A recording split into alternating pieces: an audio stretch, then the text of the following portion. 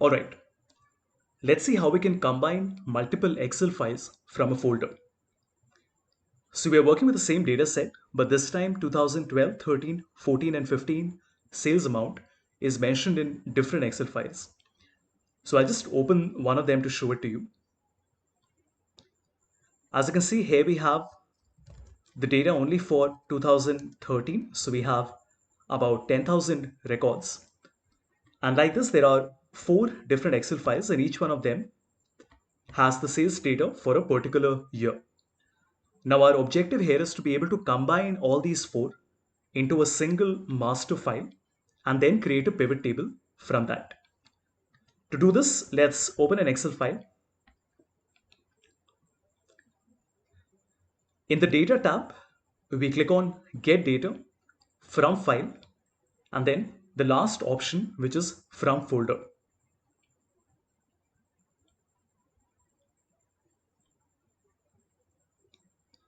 We can choose the folder path. So I'll simply come over, copy the path and put it here.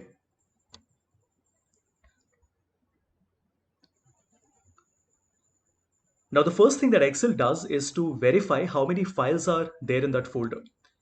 So it is telling me that there are four files, 12, 13, 14, and 15. We want to click on Combine and Transform. And now from each one of these four Excel files, we have to decide which sheet we want. Now remember, the sheet name has to match in all the Excel files. In our example, in all the four Excel files, the sheet is called Sheet 1. So we select the sheet name and then press OK. And now the rest of the work is going to be handled by Power Query Editor and not Excel Visual Basic. So if you notice carefully, a new window has opened up. And at the top left, you can see it is called Power Query Editor. This uses a completely different language called mQuery, which is also called the mashup language. If you can't see the formula bar when you are working on your system, you can simply click on View and then make sure that the formula bar has been enabled, because sometimes it gets disabled automatically. Now let's get an understanding of what all is happening. Even though I have a separate course on Power Query, and Power Query is an entire animal of its own, so this deserves to be taught in its own course, I'll just give you a very high level overview. Now, one thing you've already learned is that it is inbuilt in Excel, but it does not use Visual Basic. It uses a different language called mQuery. And the formulas that you see here are again not Excel formulas. These are all mQuery formulas. On the left side, we have different queries that are here. Now, we are only concerned with this one, the one where we aggregated the data from all the four Excels and put it into one. So we can hide all the other queries. Remember, those are just working files, so we don't really need to bother with that. More importantly, on the right side, there are these applied steps.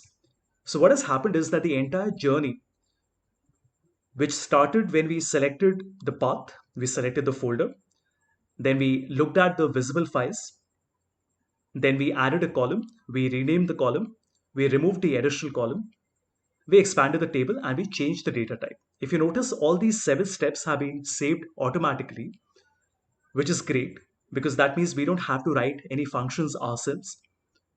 And also, because these steps have been saved, we can repeat it. That means that we have created a automation. So tomorrow when more files get added to that folder, we will simply have to come back and then click on refresh, just like you refresh a pivot table.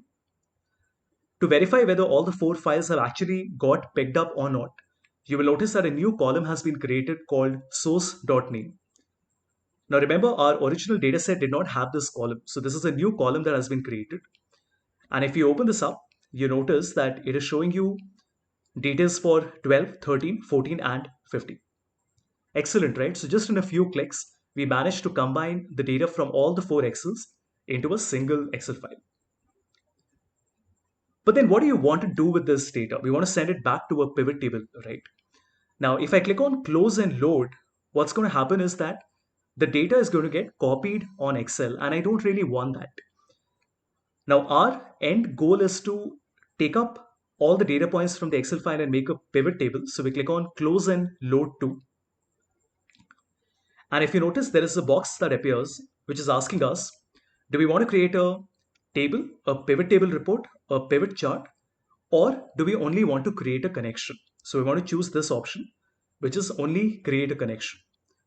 Press OK, and you notice that on my sheet, the data is not there, which means that I don't have to create any redundancy. I don't unnecessarily have to make my file size large by pasting the data here. And that's the reason we created a connection. But then how do you use the connection to create a pivot table? We simply click on Insert, Pivot Table, and then Pivot Table once again. And if you notice, there are two options. The first one says select a table or a range, which we have been doing all along in this course. And the second option says use an external data source. We will select choose connection, and as you can see, we want to choose the connection called, I have a lot of connections on my system, but we want to choose the connection called sales. And the moment we open it and press OK, you notice that a pivot table has been created here. And the best part is that we did not have to combine all the four Excels and put it on our Excel file. The data that you see here, let's just verify whether we are getting the right answers or not. If you put sales in value, you will notice it's giving us the exact number, 12,642,501. And the best part is that this number is not even coming from this Excel file. It is in fact coming from the combination of all these four Excel files. Amazing, right? And imagine how much time this will save you, especially when you have maybe 15, 20 Excel files in a folder. You simply have to put the new folder inside, click on refresh, and the data will get refreshed.